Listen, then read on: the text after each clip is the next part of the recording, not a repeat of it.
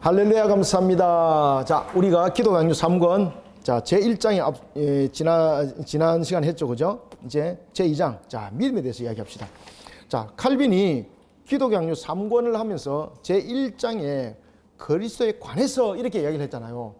그리스도에 관해서 이야기를 하면서 성령을 이야기를 했잖아요. 이게 뭔가 하면은 성령이 하나의 우리의 속에 유용한 역할이 아니고 중보적 측면에서 성령의 사역은 굉장히 중요합니다. 그래서 그리스도에 관해서 이야기를 하고, 그리고 이어서 이제 성령에 대해서 그 내용들을 표면한 다음에 믿음에 관해서 이야기를 하는 거예요. 자, 여러분들, 믿음의 목표가 오늘 보면 이 타이틀에도 나와 있는데, 믿음의 목표는 어디에 있겠습니까? 이거는 엄청난 중요한 이 하나의 핵심 주제입니다. 우리는 믿음의 목표가 되는가라는 것입니다. 우리의 믿음이 그리스도께 속하지 못한다면은, 우리의 믿음이 그리스도의 목표가 아니라면은 우리 믿음은 전부 다 헛것입니다. 그죠? 믿음으로 구원받는다고 그랬지 않습니까? 맞잖아요. 그 다음에는 우리가 신앙의 성장 과정을 이야기할 때 믿음이잖아요. 그리스도에 관계되지 않고 믿음이 성장됩니까? 아닌 거예요. 그래서 오늘 여기서 보면은 믿음의 목표는 그리스도다.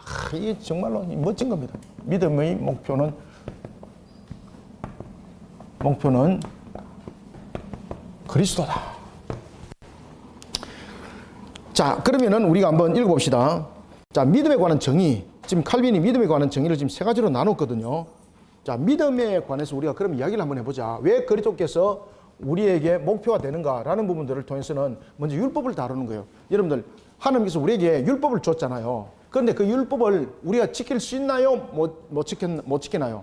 그죠? 그러면 율법은 우리를 올무라고 볼 수도 있는 거지 않습니까? 그렇지만은 율법은 우리가 제3용법에도 우리가 배웠죠, 그죠? 앞전에 율법은 우리로 하여금 죄를 깨닫게 하고 알게 하면서 죄를 억제하는 기능을 가질 뿐만 아니라 우리로 하여금 그리스도를 바라보는 하나의 기능적 역할들이 있는 거죠. 그래서 우리가 율법이 모학선생이라, 과거 성경에서는 모학선생이라 이렇게 우리에게 가르침을 줬습니다. 자, 봅시다. 그러면 믿음에 관한 정의를 볼 때 먼저 하나님께서는 우리에게 먼저 우리의 할 일을 무엇으로 정했습니까? 우리의 할 일. 그렇죠. 우리의 할 일을 하나님께서는 율법을 정했었어요. 율법으로. 그런데 이 율법으로 정했습니다만은 우리가 그것을 지킬 수 있나요? 못 지키나요? 우리의 힘과 능력으로는? 그렇죠. 우리의 힘과 능력으로는 지킬 수 없다. 왜 그런가 하면은 그 하나님께서 우리에게 믿음을 통하여서 이 모든 율법들을 제정하였습니다. 그 다음에 이 믿음이라는 것은 우리가 그 믿음을 행한 속에서 그 역할들을 열매를 맺는 것인데, 우리 속에서 나타날 수 있는 것은 우리는 전적 무지 전적 타락으로 인하여서 스스로 모든 것에 대해서 결정져서 나갈 만한 그러한 요소는 없습니다. 그죠? 그러니까 지킬 수 없는 거예요. 우리의 힘과 능력으로는. 그러면 이것을 어떻게 되는가? 그래서 세 번째는 이렇게 말해요. 자, 첫 번째 읽어봅시다. 첫 번째로 하나님께서는 우리가 해야 할 일을 율법으로 정하셨다. 둘째로 율법을 글자 그대로 이르기까지 지킨다는 것은 어려울 뿐 아니라 우리의 힘과 능력으로는 도저히 할 수 없는 일이요 우리의 능력으로는 도저히 미칠 수 없는 일이다. 셋째로 이런 비참한 재난에서 우리를 구원할 수 있는 해방의 수단은 다만 하나밖에 없는데 그것이 바로 구속자, 해방자이신 그리스도께서 나타나시는 것이다. 그러니까 결국은 우리에게 믿음을 더하고 우리에게 모든 것에 대해서 이룰 수 있는 것은 우리의 해방자신 오직 그리스도만이 이 문제에 등장하여서 해결할 수밖에 없다는 것입니다. 그럼 다른 방법은 있다 없다? 없습니다, 여러분들요. 하나님께서 우리를 자녀 삼지 않습니까? 하나님께서 우리의 자녀 삼을 때도 앞에도 칼빈이 그 이야기를 했죠. 하나님께서 우리를 자녀 삼을 때, 다시 말하면 하나님께서 우리를 구원할 자로 예정했을 때에 그에 대한 모든 것에 의한 중보적인 역할은 누구에게만 그 역할들이 감당되지도 했습니까? 그리스도께서. 그래서 우리에게 구원의 길은 오직 예수 그리스도로 말미암다라고 우리에게 말씀 주고 있고, 아버지는 그 뜻을 이룰 때 예수님께서도 직접 그 입으로 말씀을 하셨습니다. 아버지는 그 뜻을 이룰 때 오직 누구를 통해서? 아들을 통해서. 왜냐하면 아버지의 역할을 완전하게 할 수 있는 것은 아들, 다시 말하면 중보적 기능을 가지고 있는 성자 하나님에는 없습니다, 여러분들요. 그렇기 때문에 우리의 구원의 완전성을 이루는 측면에서도 그 역할이 그리스도고, 그 다음에는 그 뜻을 이룸도 그리스도고, 그 모든 부분들이 그리스도인 거죠. 그러면 그리스도는 이미 십자가에서 죽으시고 하늘에 성천하셨는데, 그러면은 성천하신 그 부분들을 통해서 그럼 그리스도가 직접 내려오셔가지고 일일이 그 일을 하시는가? 그렇지 않다는 거죠. 그렇기 때문에 앞 시간에 우리 공부했죠, 그죠? 성령은 성부로부터 발출이고 성자로부터 발출이다. 그래서 우리의 구원에 이르도록 우리에게 믿음을 다해 줄 때에 중보자 되시는 그리스도께서 성령을 통해서 일하시죠. 그죠? 성령을 통해서. 그렇기 때문에 우리가 신약성경도 보면 예수님께서 몇 날이 지나지 않아 내가 너희들에게 무엇을 내려준다? 성령 보혜사 영을 내줄 것이다. 말씀을 줬죠, 그죠? 그래 이런 부분들이 우리를 구원에 이르는 이제 역할들이 그리스도 영이 보혜사 영, 그리스도 영이라고 말합니다. 그 그리스도 영이 우리 속에 작용을 하여서 믿음을 더해주고 우리의 구원의 길로 인도를 하는 거예요. 자, 그러면은 우리를 구원의 길로 인도하는 것으로만 끝나면 안 되는 거죠. 자, 우리가 신앙을 말할 때는 믿음을 넘어서는 부분들을 가지고 이제 신앙이라 말하는데 믿음이 예수 그리스도를 믿는 믿음 속에서 우리가 구원이라 말한다면 우리의 신앙은 믿음이 발판이 되어서 성장하는 겁니다. 그래서 우리가 보면 사도 바울도 믿음에 대해서 여러 가지 단계로 나누죠. 첫 번째 단계는 무슨 단계입니까? 유아기 단계. 그죠? 젖먹이 단계. 그리고 또 하나는 우리가 성장하여서 청년기의 내용들로 나누죠. 그 다음에는 장사한 분량에 이르게 되는데 사도 바울이 그러지 않습니까? 우리에게 믿음을 댔을 때는 우리의 신앙들이 장사한 분량에 이르지 않고는 안 된다고. 그럴 때에 우리는 예수 그리스도를 믿는 믿음 속에 우리의 바탕은 믿음 속에 있지만은 신앙이 성장되지 못한 단계 속에 있습니다. 이 유아기 단계입니다. 유아기 단계. 그래서 보면은 왜 구원받은 사람들 가운데서도 보면은 천차만별이잖아요. 어떤 사람은 신앙이 한 20, 30년 된데 계속해서 젖먹이 같은 그런 행동만 하고 있고 어떤 사람은 신앙생활을 했는데 한 5년 됐는데 장수한 분량이 이런 사람도 있고 이 신앙의 분량이 왜 틀릴까? 이들이 먹은 구원의 이런 이후에 먹은 양식이 다르기 때문에 이들의 모습이 달라지는 거예요. 그래서 신앙은 연소로 말할 수가 없어요. 신앙은 예수 그리스도를 믿는 믿음 속에서 우리가 세워졌잖아요. 그러면은 믿음의 연수가 아니에요. 그렇기 때문에 칼빈이 그 이야기 이제 하는 거예요. 우리가 믿음이 성장하기 위해서는 가르침을 받아야 된다고. 가르침을 받아야 된다고. 그러니까 우리가 믿음을 더해서 믿음은 성장해야 되는 거예요. 믿음이 성장하기 위해서는 반드시 우리가 말씀으로 양육해야 되는 거죠. 그러니까 이 믿음이 예수 그리스도를 믿는 우리에게 그 믿음으로서 구원을 받는다라고 말한다면 이제는 성장할 수 있는 이 동력의 말씀은요, 예언의 말씀이에요. 예언과 심판의 말씀이에요. 그러니까 이 종말에 관한 부분들이 이 말씀들을 우리가 잘 삼가, 잘 배우셔야 돼요. 그러면서 우리의 신앙은 성장 단계, 장성한 분량에 이를 수 있는 거예요. 이런 훈련들이 안 됐으니까 어떤 교회는 가면은 마치 젖먹이 애처럼 그런 신앙을 계속 하고 있어요. 신앙 훈련이 안 되는 거예요. 그런데 어떤 교회는 가면요, 성도들이 진짜로 완전 전투 병력이 되어 있어요. 왜 이러겠습니까? 신앙의 훈련들을 통해서 그 격차가 생겨난 것이죠. 여러분들 믿음을 가지고 100년 그대로 있어 보십시오. 그대로 100년 그대로 있습니다. 그렇다 그래서 구원받지 못하는 것은 아닙니다. 그런데 그에게 상급이 없습니다. 결국은 우리에게 상급이 있는 것은 뭡니까? 가르쳐야 되는 거예요. 가르쳐야 되는 거예요. 그래서 우리는 신앙은 반드시 가르치는 것이 굉장히 중요합니다. 우리가 설교 속에도 보면은 케르그마 디다케가 있잖아요. 그죠? 케르그마는 무엇입니까? 선포. 그것은 이미 우리에게 여러 가지 부분에 대해서 복음을 듣지 못한 사람도 있을 것이고 복음을 들은 사람도 있을 것이고 그를 향한 선포죠. 그죠? 그것이 케르그마잖아요. 디다케는 뭐예요? 가르치는 거죠. 누구를 가르쳐요? 신앙으로 들어온 사람을 가르치는 것이 디다케예요. 신앙으로도 안 들어왔는데 디다케가 됩니까? 안 되는 거죠. 이해됐습니까? 그래서 우리가 신앙의 분량에 이르는 이런 장성한 분량이 되기 위해서는 디다케 계속해서 가르침이 있어야 돼요. 가르침. 그래서 여러분들이 오늘도 배우러 왔잖아요. 이것이 여러분들이 장성한 분량에 이르는 분량입니다. 이게. 그러니까 여러분들이 그냥 앉아 있는 것 같지만은 이것이 얼마나 복된 자리인지 여러분 잘 아셔야 됩니다. 자, 봅시다. 방금 이제 읽었던 것 세우겠어. 밑에 봅시다. 다음 패러그래프 봅니다. 함께 읽어봅니다. 시작. 하나님께서 자녀로 삼기로 정한 사람들은 이 믿음에 의하여 하늘나라를 소유하게 되는데, 자 보십시오. 자, 하나님께서 자녀로 삼기로 정한 자들 믿음에 의해서 하늘나라 소유가 되죠. 그러면 소유가 된 것으로 끝나면 안 됩니다. 그래서 이것이 기본적 바탕 속에서 어린아이 분량입니다. 반드시 여러분들 우리가 성장해 나갈 때 엄마 젖만 열심히 먹는다 그래가지고 알똥 생기고 그런 건 아니잖아요. 엄마 젖을 먹을 때는 젖을 먹을 분량의 만이죠. 그 다음에 일어서려면 유식을 먹어야 되잖아요. 그죠? 학교 가는데 엄마한테 매달려갖고 젖 먹고 가는 아이들이 있습니까? 하루 종일 먹어도 여러분 배 고픕니다.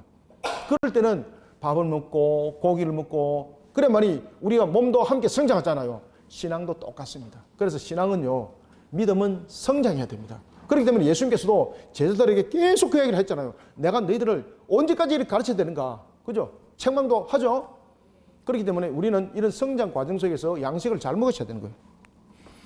자, 방금 읽었던 데서 보면은 둘레 여섯째 줄 밑으로 내려갑니다. 중간쯤 보시면은 생명의 원천이신 하나님께로 가는 길은 그리스도밖에 없다. 왜냐하면 그리스도만이 아버지를 아시며 그 다음에 그분이 당신 자신을 나타내기를 원하는 신자에게만, 맞죠? 그죠?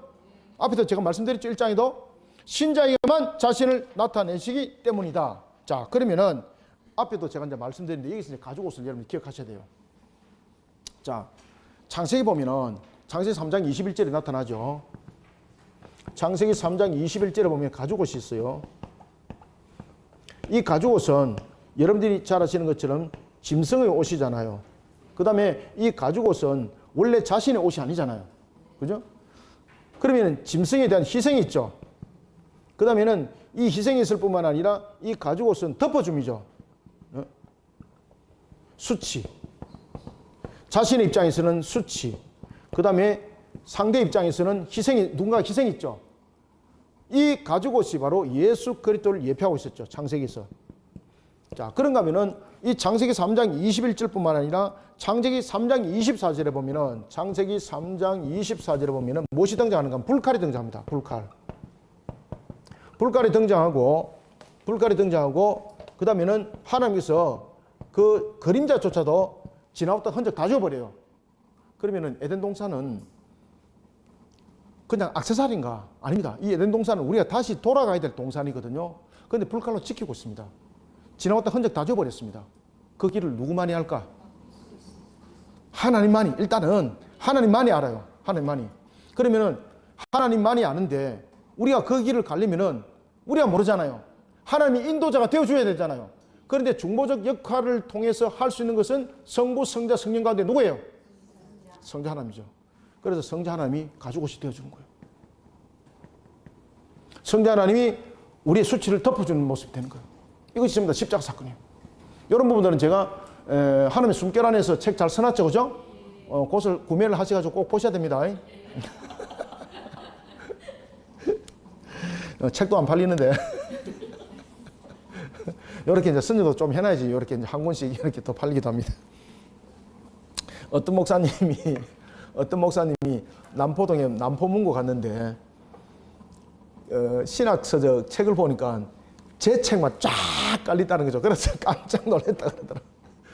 이 목사님이 여기 남포문고하고 특약을 맺었나? 특약을 맺은 것이 아니고 이제 남포문고에서 그래도 좀 팔리는 책이 제가 이제 썼던 책들입니다. 그 띄엄띄엄 결제 들어오거든요. 그 남포문고에서 신학서적 그래도 제일 많이 팔리는 책이 제 책입니다.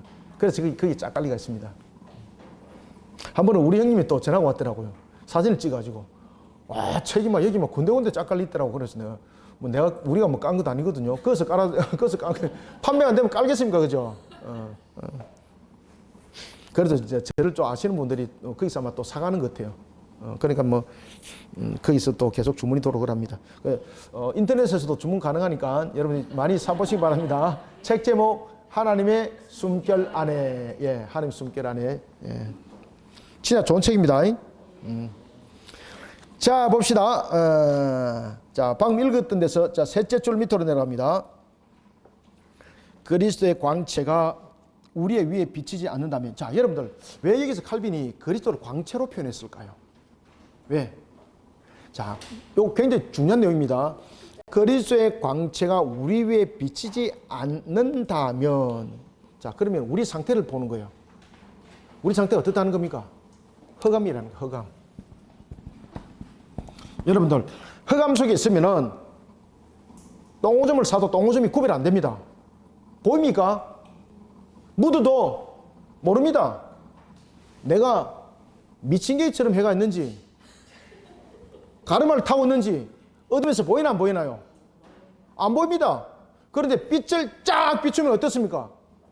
싹 다 보이죠. 그래서 그리스도는 빛입니다. 빛. 우리의 단순한 빛이 아니고 우리의 죄악을 바라보게 하는 빛입니다. 우리의 모든 상황을 바라보게 하는 빛입니다. 우리의 앞을 바라보게 하는 빛입니다. 여러분들은 흑암이 됐다면 앞을 볼 수 있나요? 못 보잖아요. 그러니까 그리스도를 말미암아서 이와 같이 나의 모습을 돌아보고 앞을 바라보고 그 다음에 나갈 길도 함께 보여주는 것이 빛입니다. 그래서 여기서 칼빈이 그 이야기를 딱 하는 거예요. 그리스도는 우리 위에 비치지 않는다면, 광채가 돼서 우리 위에 비치지 않다면. 자, 봅시다. 그리스도의 광채가 우리 위에 비치지 않는다면 하나님께서는 언제까지나 멀리 숨어 계실 것이다. 여러분들, 하나님이 숨어 계시는 것이 아니죠. 그죠? 하나님이 도망간 건 아니잖아요. 그러니까 흑암이 된다 이 말입니다. 하나님께서 멀리 숨어 계신다는 것은 어떤 상태라는 겁니까? 그렇죠. 흑암 상태라는 겁니다. 영적 흑암. 하나님께서는 언제까지나 멀리 숨어 계실 것이다. 어거스틴은 이 문제에 대해서 훌륭한 말을 했다. 그는 믿음의 목표를 논할 때에 우리는 가려는 곳과 가는 길을 알아야 한다고 말한다. 그런데 그 길은 오직 누구 말을 통해서만 발견할 수 있다. 그리스도를 통해서. 다시 말하면은 이제 성령으로서 그 불칼들을 가지고 길들을 전부 다 가려버렸고, 그 다음에는 그 어느 누구도 그림자조차도 오지 못하도록 막아버렸습니다. 그럼 구원이 없는 거죠. 우리가 그 가고자 하는 그 길까지 전부 다 모든 흔적을 다 지워버렸습니다. 분명히 우리는 그 길로 가면은 우리가 살 길이 있다는 건 알지만은 길을 알아야지 가지. 그죠? 그래서 호도스, 길이 되어주는 거예요. 그리스도께서 길이 되어주는 거예요. 그 길은 오직 한 가지, 그리스도라는 길밖에 없다. 그래서 우리가 가고자 하는 목적지, 우리가 가고자 하는 길은 누구만을 통해서 발견할 수 있다? 그렇죠. 그리스도를 통해서만 발견할 수 있다. 자, 믿음은 다음에 이제 봅시다. 자, 그럼 이제 2절에서부터 5절까지 내용은 어떤 내용인가 하면은 믿음은 지식을 내포한다. 자, 여기서 이제 믿음은 지식을 내포한다는 것은 뭔가 하면은 이 지식은 우리를 믿음을 성장하는 바로 이 내용 속에 비춰주고 있는 겁니다. 믿음은 지식을 내포한다. 참된 교리를 맹신하는 스콜라의 사고는 흐리게 한다. 자, 여러분들, 이게 우리에게는 맹신이 있을까 없을까요? 있습니다. 로마 가톨릭에서 말하는 맹신과 우리의 맹신은 같을까 다를까요? 다릅니다. 자, 우리의 맹신은 뭔가 하면은 뒤에 나와 있는, 자, 봅니다. 자, 우리가 믿음이 확고하게 세우지 못할 때에 예수님께서 왜 기적과 이적을 일으켰잖아요. 기적과 이적을 일으킨 이유는 무엇입니까? 자, 봐라. 내가 너희들에게 능력을 한번 발휘줘서 얼마나 내가 신비한 사람인가 보여줄게. 짠! 있으라! 너희들 봤지? 놀랬지? 이게 아니에요. 처음에 우리의 믿음이 되질 때는요, 믿음이 성장하는 과정 속에서 먼저 출발점은 맹신으로부터 시작해요. 그죠? 맹신은 뭔가 하면은 무턱대고 믿는 거예요. 아시겠습니까? 그러면은 예수님께서 왜 기적과 이적을 일으켰습니까? 믿으라는 거죠. 그럼 그 단계가 맹신 단계예요. 그런데 예수님을 따랐던 사람들이 계속해서 뭔 말을 계속해서 요구했습니까? 계속해서 기적만 요구했잖아요. 그리고 그 상태 속에서 없는 거예요. 그렇기 때문에 불신자 속에도 맹신은 있어요. 그 이상은 발전하지 못해요. 그런데 하나님께서 택한 백성들은 그 맹신에서 끝나질 않아요. 로마 가톨릭은 맹신의 조건이 있습니다. 그들은 뭔가 하면은 맹신을 조작해요. 그런데 하나님은 신앙 단계에서 맹신의 단계를 초보 단계로 만들어가기도 해요. 그것은 뭔가 하면 그 과정이 필요하기 때문에. 그런데 로마 가톨릭은 그 맹신을 조작을 해요. 지금 칼빈이 그 이야기를 하는 겁니다. 똑같은 맹신이 있는데 우리는 신앙 단계 속에서 예수님께서 일으켰던 기적과 이적은 우리에게 믿음을 더하기 위해서 그것을 포기 만들었다면 로마 가톨릭이 거짓말하고 있다. 그러면서 맹신하게 믿는다. 이 사기꾼들이다, 이거. 사기꾼은 제가 한 말이고요. 그렇게 유사하게 말하고 있습니다. 자, 봅시다. 그래서 믿음은 기록을 해놓았어요. 믿음은 지식에 있습니다. 자, 믿음은 지식에 있는데 지식의 근거는 어디에 있을까? 말씀이 있습니다. 말씀. 자, 요거는 굉장히 중요한 내용입니다. 자, 믿음은 어디에 있다?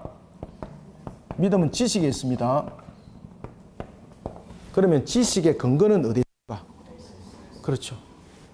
지식의 근거는 어디서 찾아야 된다? 다른 데 찾으면 안 되고 말씀에 찾으셔야 돼요. 그래서 우리가 신앙에 대해서 훈련을 받을 때에 말씀 가지고 훈련 받으셔야 돼요. 그런데 자꾸 세미나하고 자꾸 엉뚱한 것 하고 이 신앙 안 자랍니다, 여러분들. 나중에 보면은 곁가지가 계속 만들어지는 겁니다. 스콜라주의자들도 그렇게 해서 만들어진 겁니다. 아시겠습니까? 지식, 스콜라. 그 속에 만들어진 거예요, 여러분들요. 그래서 지금 칼빈도 지금 그 이야기를 딱 하지 않습니까? 참된 교리를 맹신하는 스콜라의 사고를 흐리게 한다. 참된 교리를 맹신이라는 참된 교리를 맹신이라는 스콜라 사고는 흐리게 한다. 자, 봅시다. 믿음은 방자한 무지에 있는 것이 아니라 지식에 있다.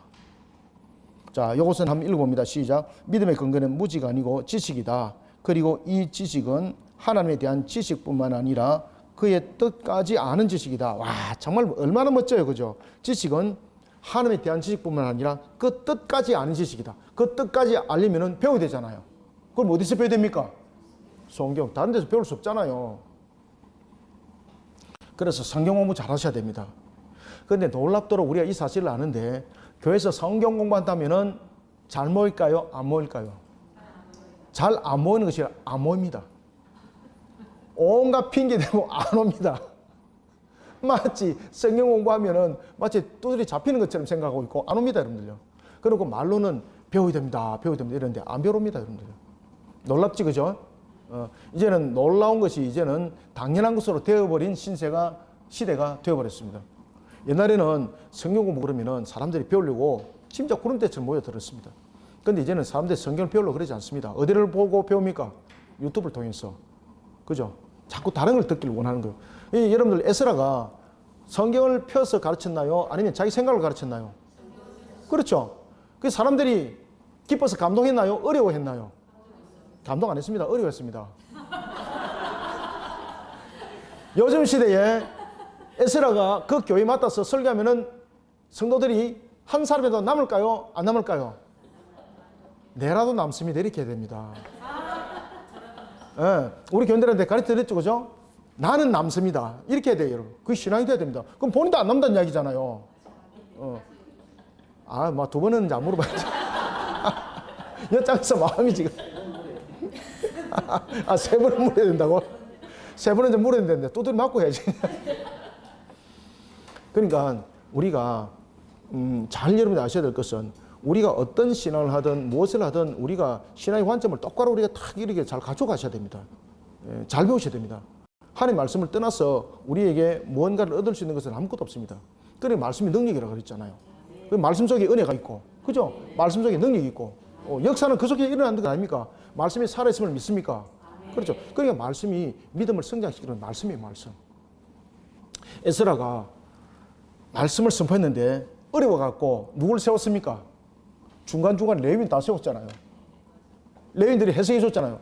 그 나중에 해석하던 레위인들이 잘 몰라가지고 에스라한테 와서 다시 물었잖아요. 그죠? 수장들도 몰라가지고 본 적이 없으니까 이게 도대체 뭡니까? 물어봤잖아요. 그러니까 에스라가 가르쳐 주니까 그것을 다시 재가르침 이루어질 때에 공동체가 전체가 회개운동이 일어났죠. 이게 말씀의 능력이죠. 여러분들 아시겠습니까? 그래서 우리가 초보 단계에 있는 것으로서 믿음은 지식이 있는데 이 지식은 근거는 말씀 속에 있어요. 말씀이 있다는 것은 말씀을 가르쳐서 이 신앙들이 일어서야 된다는 거예요, 여러분들. 자, 믿음의 근거는 무지가 아니고 지식이다. 그리고 이 지식은 하나님에 대한 지식뿐만 아니라 그의 뜻까지 알아야 된다. 그죠? 그의 뜻까지 알아야 된다. 그의 뜻까지. 어떻게 알합니까? 목사님, 나는 누구만 있어도 다 알아요. 그런 도깨비 같은 소리 하면 안 됩니다. 목사님, 저는 누워있으면 하나님께서 직동기에서 팍팍 꽂아줘요. 바로 하나님께서 데려가십니다. 어디로 데려가시겠습니까? 지옥으로 데려갑니다, 여러분들. 왜? 그 직동기술 준 적이 없으니까. 마귀의 새끼니까. 하나님께서는 우리의 자비로운 아버지시며 믿었습니까? 이것을 어떻게 믿습니까? 배웠어. 그죠? 그리스도를 의의 성결과 생명으로 우리에게 주셨다는 것을 알 때에 우리는 구원을 얻는다. 이 지식에 의해서 우리는 어디에 들어간다? 천국에 들어간다. 그러니까 우리가 이런 지식 속에서 무너짐을 당하지 않기 위해서는 우리가 또한 믿음의 견고가 세워져야 되겠죠. 자, 그러면은 로마 교회는 이런 부분들을 갖다가 어떻게 교리를 가르치는가? 맹신하도록 만드는 거예요. 어떻게? 교회를 맹신하도록. 그러면 그들의 교회는 누굴까요? 교권주의자들. 바로 교황들을 비롯한 그들을 맹신하도록 만드는 겁니다. 로마 교회 맹신이라는 교리는 근본적으로 잘못됐다. 자, 여러분들, 로마 교회의 지식은 구원의 길로 인도하는 지식이 아니죠.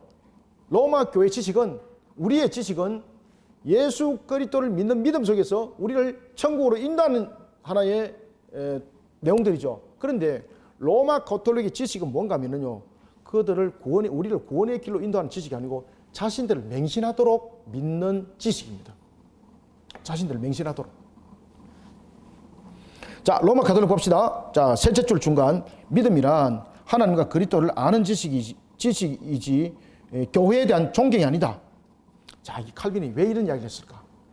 이들이 교권주의자들이 그 중심이 되어 있죠. 교황을 중심으로 하여서 주교들이 이런 부분들에 대한 핵심이죠. 신부들이 이런 부분의 핵심이죠. 자, 여러분, 로마 가톨릭 교회는요, 그 당시에 일반 평신도들에게는 성경을 손에 쥐어주지를 않았습니다. 그냥 라틴어로 자신들이 그냥 읽었습니다. 뭐 알지 못하는 말로서 그냥 해석하고 그렇게 했을 뿐이에요. 떡과 잔을 나눌 때도 여러분 잘 아시는 것처럼 떡을 손대지 못하게 하잖아요. 왜? 부정하니까. 그러면 그 떡은 누가 떼서줍니까? 신부가. 그러면 결국은 누구를 맹신하도록 만드는 겁니까? 신자들로 하여금 자신들을 맹신하도록 만드는 거예요. 그들은 그렇게 만들어 가는 거예요. 그러니까 칼빈이 그 이야기를 딱 하는 겁니다. 믿음이란 하나님과 그리스도를 아는 지식이지 교회에 대한 존경이 아니다. 그들이 맹신이라는 것으로 어떤 미로를 만들어내는가를 우리는 안다. 자기들이 가진 오류를 진리인 것처럼, 암흑을 광명인 것처럼, 무지를 바른 지식인 것처럼 착각하게 한다. 그들이. 자, 밑에 오른쪽 끝에 교회의 권위와 판단에 찬성하기만 하면 올바른 신자라고 정의한다. 여기서 교회의 권위와 판단은 누가 합니까? 그들은 교회의 권위를 말합니다. 그들이 말하는 교회의 권위는 우리가 생각하는 교회의 권위가 아닙니다. 그들이 말하는 교회의 권위는 교회에서 그 머리가 되어 있는 바로 주권자들입니다. 바로 교황, 주교들. 그렇기 때문에 성경에 대한 결정권도 누가 결정합니까?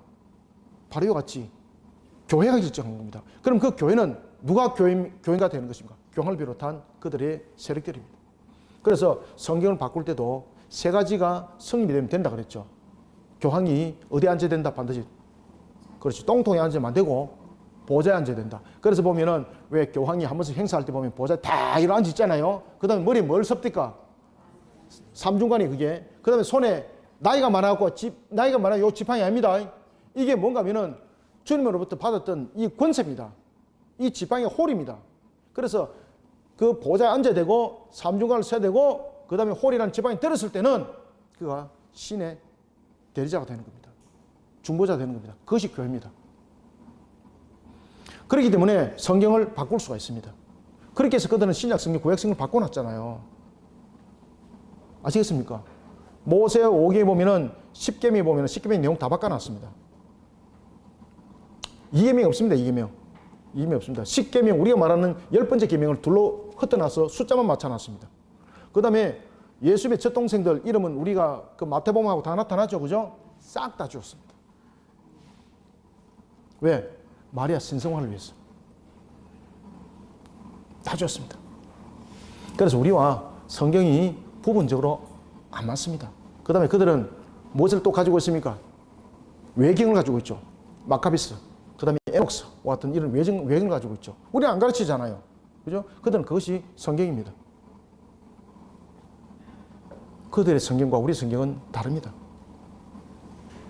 이런 것들이 그들이 말하고 있는 바로 교회의 권위입니다. 그러니까 칼빈이 그 이야기를 하는 거죠. 말 안 되는 짓을 하고 있다고. 결국은 맹신하게 만든, 자신들을 맹신하게 만드는 것이지 하나님을 바라보게 하는 것은 없다 그들에게. 그러니까 이런 칼빈을 로마 가톨릭이 좋아하겠습니까? 지금도 안 좋아합니다. 루트의 책은 로마 가톨릭에서 번역해서 출판하고 있습니다. 그런데 칼빈에 관한 책은 단 한 권도 번역하지 않습니다. 로마 가톨릭에서 출판사에서. 왜? 이런 내용들을 가지고 있기 때문에. 이런 내용들을 가지고 있기 때문에. 아시겠습니까? 그래서 칼빈은 그들은 여전히 지금도 괴수라고 여기고 있는 겁니다. 자, 봅시다.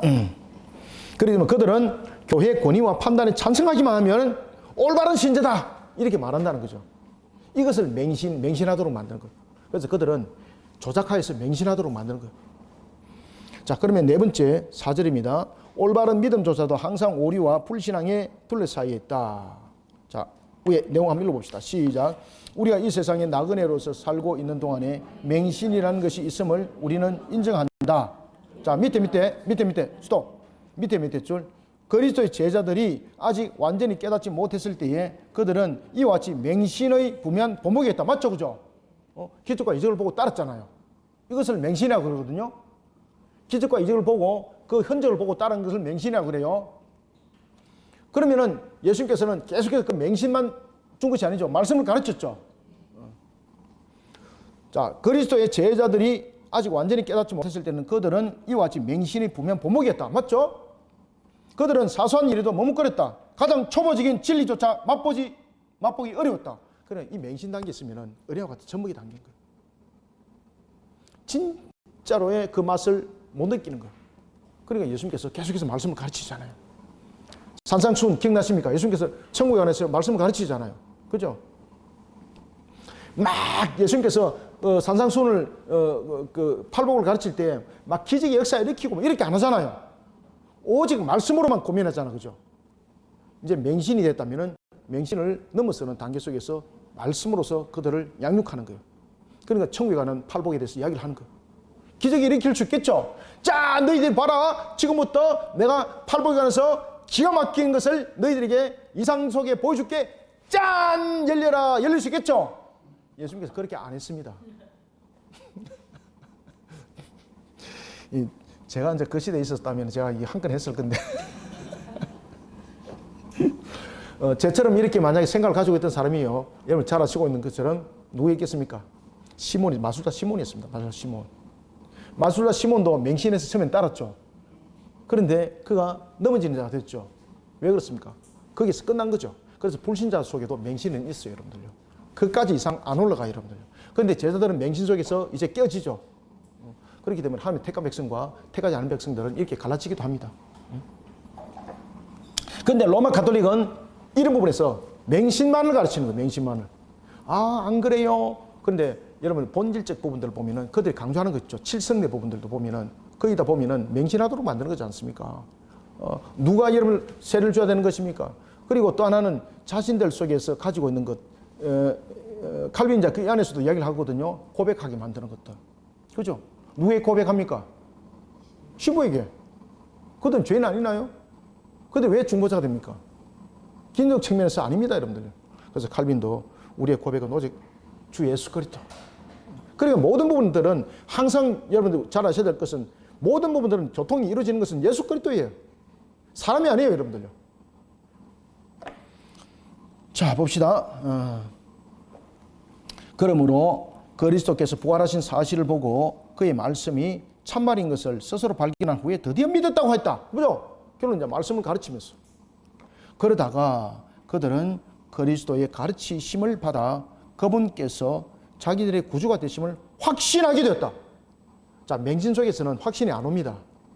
결국은 말씀 속에서 깨달음이 있을 때에 확신이 오는 거예요. 자, 여러분들 믿음 다음에 오는 것이 무엇이겠습니까? 믿음 다음에 오는 것이 확신입니다. 확신.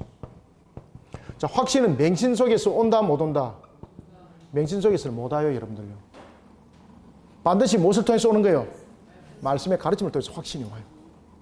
제가 여러분들 설교할 때 그 몇 번 가르쳐 드렸죠, 그죠? 믿음에 대해서 이것이 단기적 부분에서 확실에 대한 부분들 기억나십니까? 제가 큐티 때도 제가 그 단어를 계속해서 몇 번 썼죠, 그죠? 확신과 확실. 기억도 안 나지, 그죠? 네. 여러분들의 특징은 무엇이라 그랬습니까? 그렇죠. 3초. 근데 3초 안에 천지와 계획은 일어납니다. 주님께서 있으라 하시면 있다. 그죠? 역사는 일어납니다. 자, 5절. 믿음의 필수적 선행으로 맹신. 그래서 우리의 맹신과 로마 가톨릭의 맹신은 다르다, 같다? 다릅니다. 자, 우리에는 맹신은 신앙 가운데서 단계라고 볼 수 있는 겁니다. 그런데 로마 가톨릭은 조작입니다. 조작. 그래서 본질적으로 다릅니다. 믿음의 필수적 선행으로 맹신, 이것은 신앙의 단계적 발전적 측면입니다. 근데 로마 가톨릭은 교황주의자들이죠. 교황주의자들은 맹신을 무엇으로 만드는 겁니까? 조작으로 만들어요. 조작하여서 맹신하도록 만들어요. 칼빈도 그러잖아요. 예수님의 제자들도 처음에는 맹신 단계에 있었다. 그죠? 그러면서 이들이 말씀의 가르침을 통해서 결국은 이 신앙들이 결국은 성장하였고, 그리고 드디어 믿음에 대해서 확신을 가지게 됐다. 여러분들 특히 도마도 보십시오. 도마가 항상 흔적을 찾잖아요. 이게 맹신에 대한 신앙을 가지고 있으면 신앙 절대 성장하지 않습니다. 내 손으로 그것을 옆구리에 이어보고 손가락을 찔러봐야 알겠다라고 말을 하고 있는 거지 않습니까? 그런데 예수님께서 뭐라고 말씀하시고 있는가 하면은 네가 본 거로 믿지 말고 보지 않는 거로 믿으라 그랬지 않습니까? 우리의 믿음은 결국은 그러한 가르침 속에서 우리의 영이 사실적인 부분들을 보게 되는 거예요. 그런데 이 맹신 단계에서는요, 육안의 육신의 눈, 우리의 오감에 대한 부분들을 가지고 이것을 믿으려고 그러는 거예요. 이게 가장 초보적 단계라면은 이제는 믿음은 마음으로부터 일어나는 거지 않습니까? 이거는 영적인 부분에서 교감이 안 일어나면 안 되는 거거든요. 그러니까 이런 부분들이 가르침을 통해서 일어나는 겁니다. 무엇을 통해서? 말씀의 가르침을 통해서. 이해됐습니까? 그래서 말씀을 잘 가르침 받으셔야 됩니다.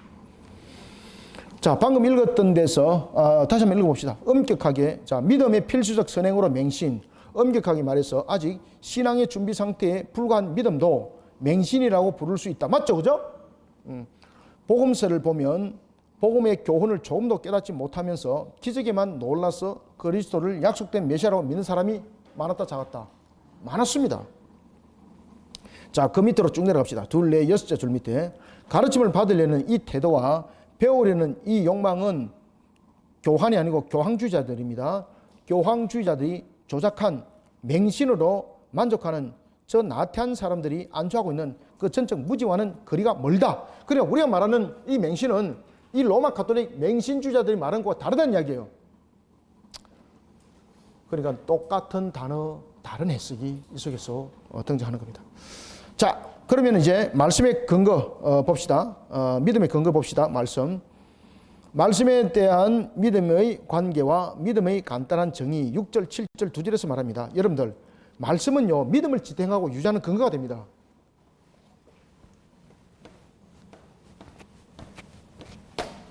말씀이 얼마큼 중요한가 하면은 말씀은 우리의 믿음을 지탱하는 근거가 돼요, 여러분들요.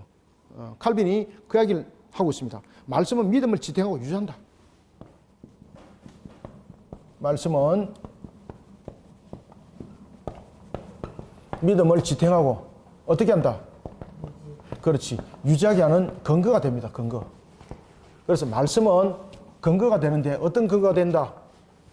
믿음을 지탱하고 믿음을 유지하는 데 있어서 부분에 대해서 하나의 근거가 된다. 그러면은 다시 반대로 묻겠습니다. 그러면은 말씀을 떠나면 어떻게 될까? 자, 그러면은 말씀을 떠나면은 믿음이 무너집니다. 그래서 마귀가 무엇으로 계속 공격해요? 자, 창세기 3장에서 마귀가 무엇으로 공격했습니까? 말씀으로. 자, 요한계시록 돌립시다. 요한계시록에 두 짐승이 등장합니다. 그죠? 바다의 짐승, 땅의 짐승이죠? 그들이 무엇으로 미혹한다?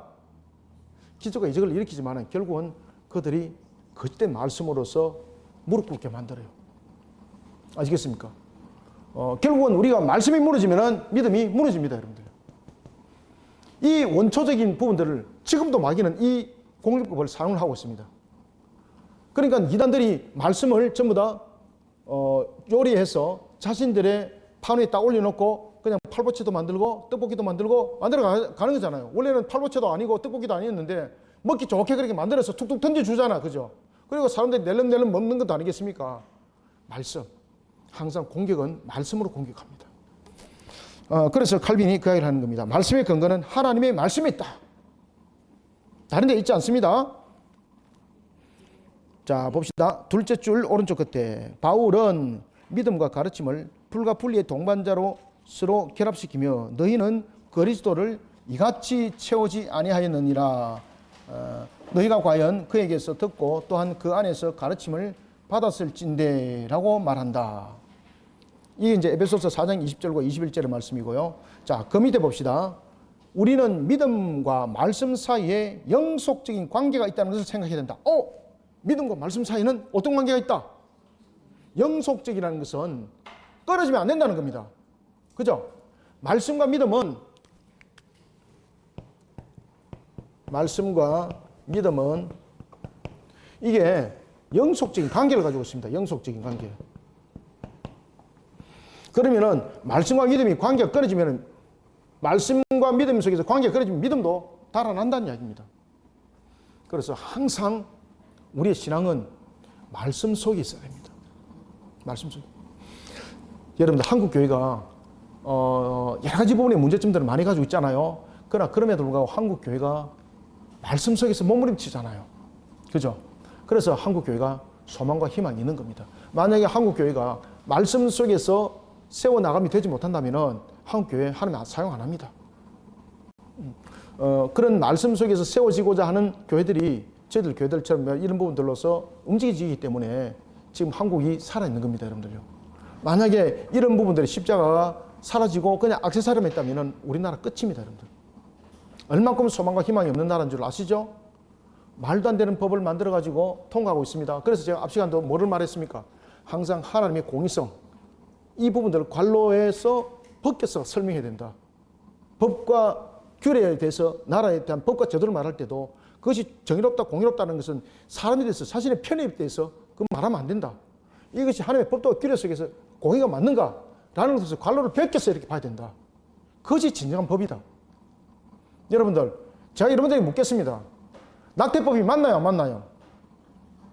목사님, 여자가 안 돼서 모르네. 참 한심스럽네. 이 말이 됩니까? 그런 소리 하면 안 돼요, 여러분들요. 자신의 편입적인 입장에서 생각하시면 안 된다는 이야기예요. 그래서 항상 우리의 믿음의 신앙을 말할 때는 말씀을 근거로 두라는 이야기죠. 창세기를 기억하자는 거죠. 아시겠습니까? 그런데 이것이 법으로 만들어졌습니다. 선택을 하라는 거죠. 그 다음에 또 묻겠습니다. 동성애가 인권입니까? 성소수자는 우리가 보호해야 될 대상입니다. 성경으로 바르게 지도해야 됩니다. 그죠? 근데 이것을 성립하면 안 되죠.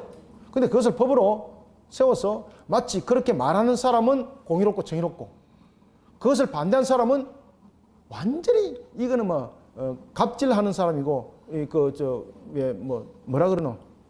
나이 많이 들은 사람 꼰대 사상을 가지고 있다. 이 맞습니까? 말 같은 소리를 하고 있어야지. 그래, 교회는요, 여기에 대해서 분명 입장을 펼쳐야 돼요, 여러분들요. 한 교회가 여기에 대해서 자꾸 목소리가 줄어들고 있어요. 왜 그렇습니까? 성도들의 입장을 이 맛을 맞추는 거죠. 왜 그러면 성도들이 다양성 속에 있잖아요. 그죠? 여러분들, 교회는요, 진리의 길을 밝혀야 됩니다. 그래서 그리스도가 빛이라고 그랬잖아요. 그리스도는 빛인데 우리는 빛이 안 되려고 그래요. 칼라를 만들어가지고 자꾸 감추려고 그래요, 여러분들요. 그럼 되겠습니까? 안 되겠지, 그죠? 우리 교회는 성도들이 얼마 없기 때문에 제가 아마 이야기 그냥 정확하게 해버리거든요. 그 중에서도 여러 가지 또 색깔들이 있겠죠, 그죠? 그래서 제가 그 말씀을 해요. 우리가 하나님께서 우리에게 주신 말씀은 자신의 편향적 측면에서 자신의 지역적인 부분들로 보면 안 된다고. 제가 새벽에도 그 말씀 딱 드렸어요. 우리가 이 나라의 법과 제도가 정말로 하나님의 공의법에 있는가라는 것에 대해서 비춰봐야 된다고. 내가 지지하는 정당 이것이 아니라고. 여러분들은 편안한 밥을 먹었잖아요. 저는 10년 동안 편안한 밥을 저는 못 먹어봤어요, 저는요. 그런데 저는 답을 찾았어요. 하나님 말씀이 나를 비추는 빛이고 그것이 우리의 인류가 이 나라가 살 길이다. 저는요, 나라 민족을 엄청 사랑하는 사람이었습니다. 제가 지금도 사랑합니다만은 뚜껑 열려가지고 벨소리 대야 다 합니다만은 저는 정말로 나라 민족을 사랑했던 사람입니다. 제가 그러면서 제가 10년 동안 그렇게 살아왔습니다. 제가. 그런데 제가 진리를 알게 되었습니다. 참 진리를 알게 되었습니다. 무엇을 통해서? 그렇죠. 말씀을 통해서. 제가 거기에 앉아서 성경을 읽기 시작합니다. 다시. 어디서 앉았는가는 여러분 상상만 하세요. 그것도 묻지 마세요. 곤란해지니까. 그러면서 하나님의 음성이 다시 들리기 시작해요. 하나님의 음성이. 그리고 거기서 결정 안 나요. 하나님께서 저를 다시 이제 세우기 위해서 저희 어머니를 다시 상을 해요. 저는 막 그 아픈 상처를 저는 다 겪었잖아요. 제 어머니가 이제 그 제물이 돼요. 하면서 거둬가세요. 암으로. 제가 그때부터 이제 새벽자단을 사기 시작합니다. 제가 하나님 앞에 조건으로 새벽자단을 샀습니다. 그때는 진짜로. 신앙으로 산 것이 아니라 하나님, 제 어머니 살려주시면은 이미 주께서 나에게 명령했던 거 제가 다 알고 있습니다. 그거 잔소리 안 하고 순종하게 했습니다. 이 정도 되면 하나님께서 역사해야 되잖아요. 근데 어떻게 할까요? 제 어머니를 거둬가세요. 그래서 제가 새벽자단에 딱 앉아서면서 그럽니다. 하나님, 관계 정리합시다.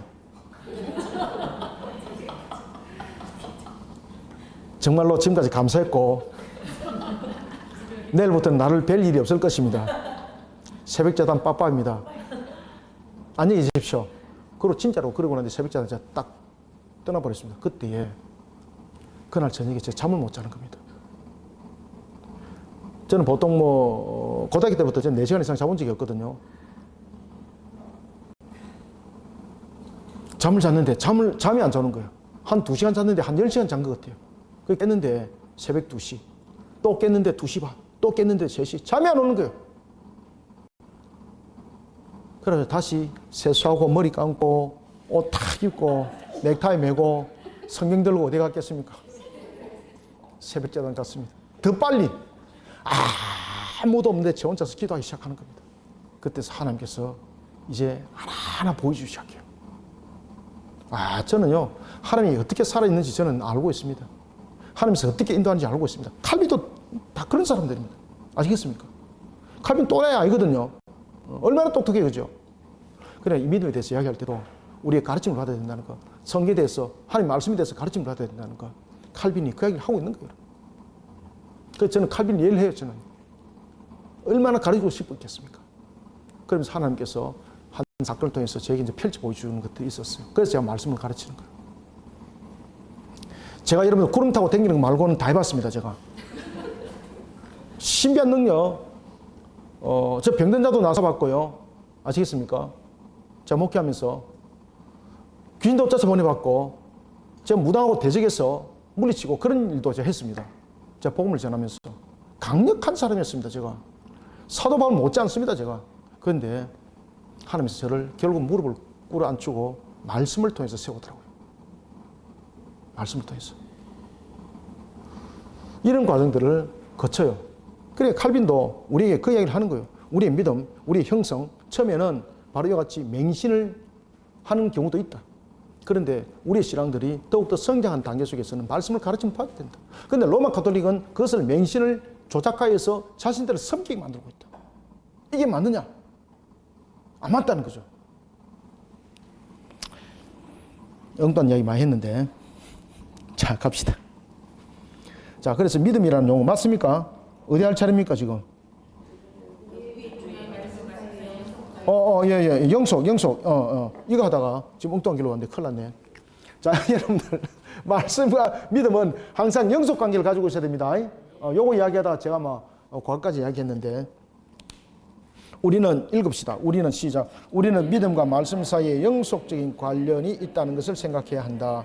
이 둘을 서로 분리할 수 없는 것은 태양에서 나오는 광선을 태양에서 분리할 수 없는 것과 같다. 와, 멋지잖아요. 여러분, 태양이 그 빛을 발하면서 함께 있는 것이지 태양이 있고 광선이 따로 있고 아니잖아요.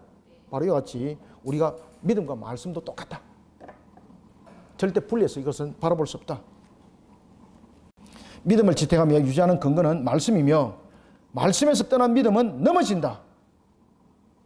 그러므로 말씀을 제거하면 믿음은 조금도 남지 않는다. 오늘도 여러분들이 공감 있습니까? 말씀으로 채우십시오. 아시겠습니까? 목사님, 저는 배가 고파서 공부하지 다른 것으로 공부한 일이 없습니다. 저 간식 갖다 놓고 드세요.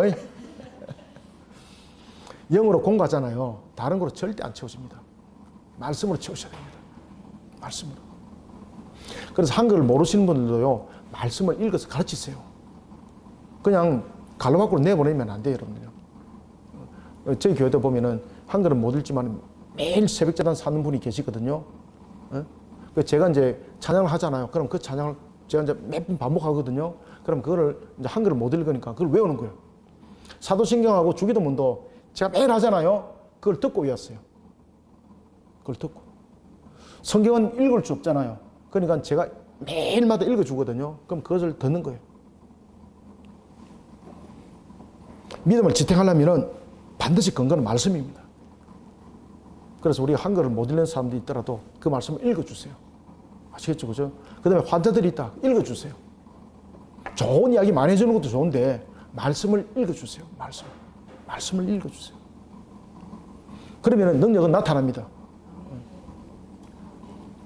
믿음을 지탱하며 유지하는 근거는 무엇이다? 말씀을 떠나면 믿음은 세워진다, 넘어진다? 넘어진다. 이건 너무나도 당연한 거잖아요. 근데 우리는 이것을 너무나도 소홀히 다루고 있습니다. 그러므로 말씀을 제거하면 믿음은 조금도 남지 않는다. 말씀 자체는 어떻게 우리에게 오든 간에 거울과 같고 이 거울 속에 우리는 하나님을 볼 수 있다. 자, 7절 봅시다. 자, 7절까지 하고 잠깐 또 한 5분 쉽시다.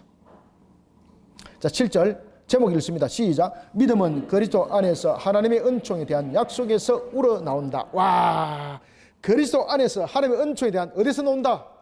약속에서. 그러면은 우리의 믿음도 하나님의 계획 속에서 우리에게 주어짐이라는 거예요. 그죠? 왜? 약속을 근거를 하고 있으니까. 여러분들, 말씀을 배워서 깨달아야 하는 것은 너무나도 중요하죠. 말씀을 배워서 깨달아야 믿음이 말씀 안에서 무엇을 지향하고 있는지 알 수 있어요.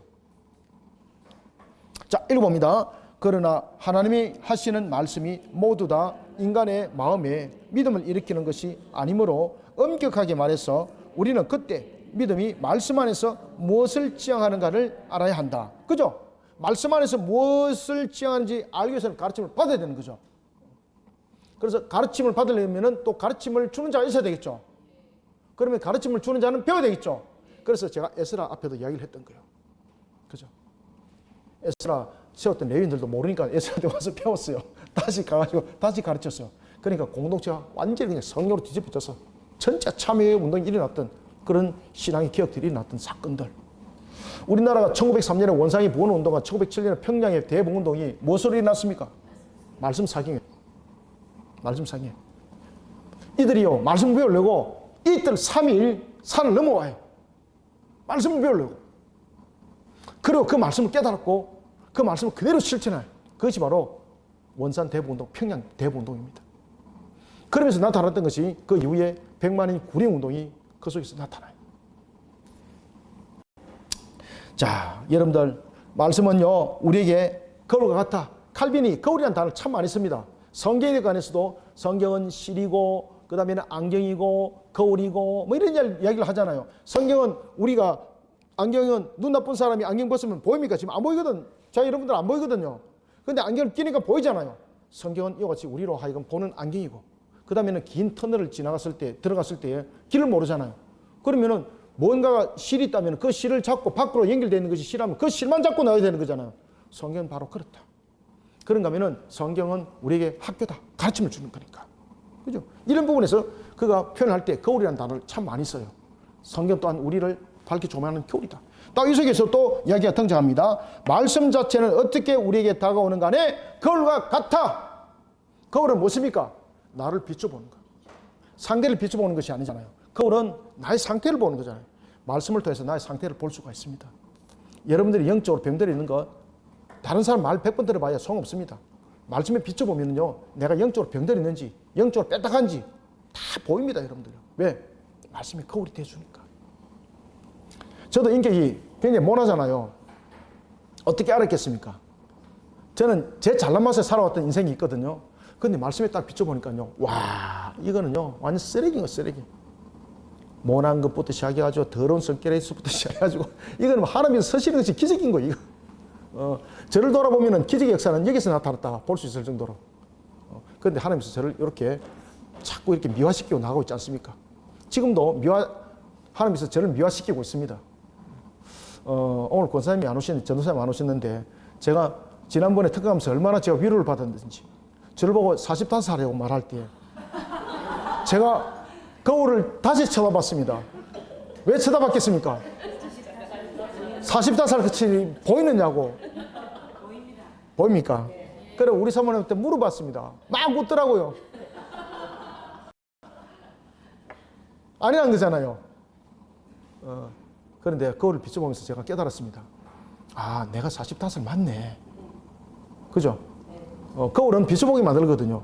거울은 우리의 사실을 비춰보기도 하지만은 우리의 내면을 비춰보기도 하고 우리의 영적 상태를 비춰보기도 해요. 이게 말씀의 거울이에요. 세상의 거울은 단면만 비춰보지만은 하나님 말씀의 거울은 우리의 인격까지 모든 것을 함께 비춰보게 만들어요. 그러니까 말씀의 거울로 비춰보면 소망이 보이고 희망이 보입니다. 이해되십니까? 그래서 칼빈이 말씀을 거울 삼으라는 거예요, 여러분들.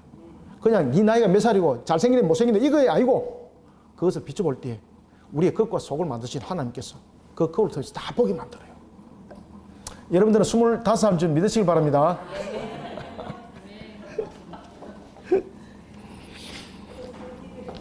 거울 속에서 우리는 하나님을 볼 수 있다.